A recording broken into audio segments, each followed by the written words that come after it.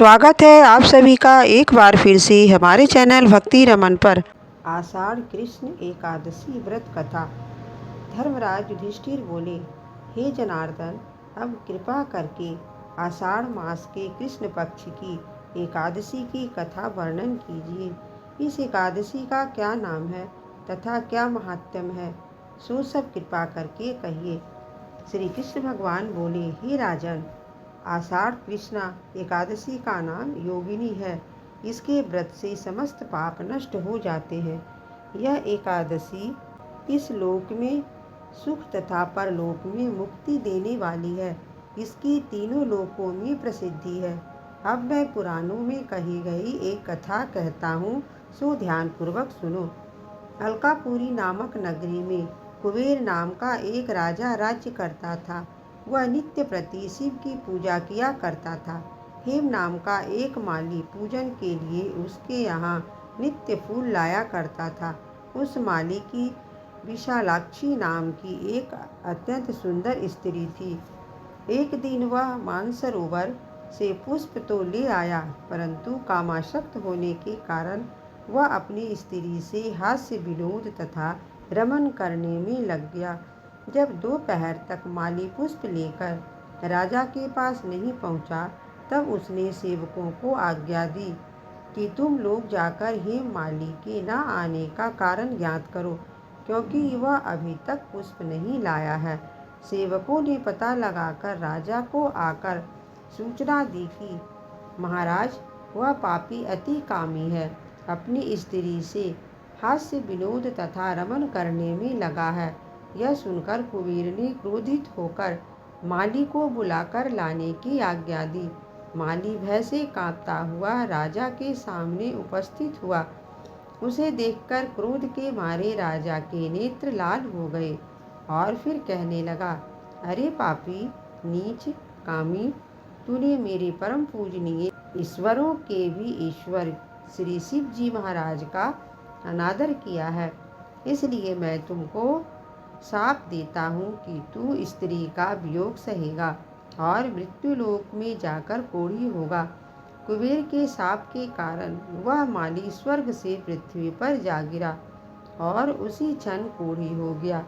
उसकी स्त्री भी उसी समय उससे अंतर्ध्यान हो गई। मृत्युलोक में आकर ही माली ने महान दुख भोगे। भयानक जंगलों में बिना अन्न और जल के भटकता रहा।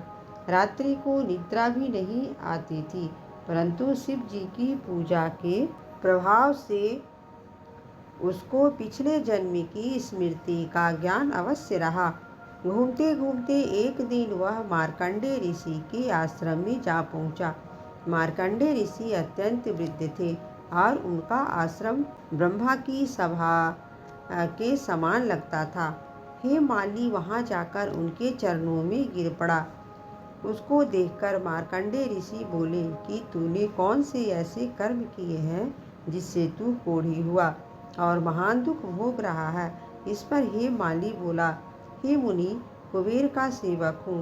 मैं राजा की पूजा के लिए नित्य प्रति पुष्प लाया करता था।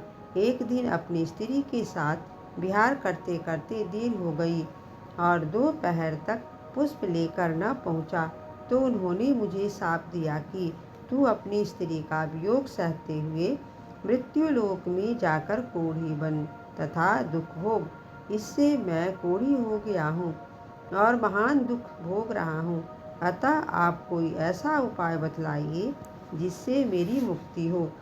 यह सुन मार्कंडेय ऋषि बोले कि तूने मेरे सन्मुख सत्य वचन कहे हैं, इसलिए मैं तेरे उद्धार के लिए एक व्रत बताता हूँ। यदि तू आषाढ़ मास के कृष्ण पक्ष की योगिनी नामक एकादशी का विधि पूर्वक व्रत करेगा, तो तेरे समस्त पाप नष्ट हो जाएंगे।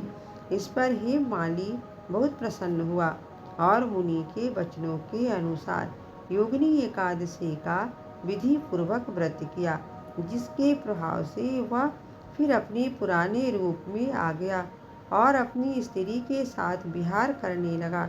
हे राजन, इस योगिनी एकादशी की कथा का फल 88 सहस्त्र ब्राह्मणों के भोजन कराने के बराबर है।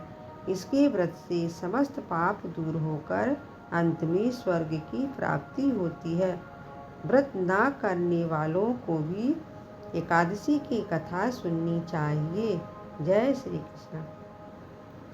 अगर आपको मेरी कथा पसंद आई है तो आप मेरे चैनल भक्ति रमन को ज़्यादा से ज़्यादा शेयर करें, सब्सक्राइब करें, लाइक करें, साथ में कमेंट भी ज़रूर करें।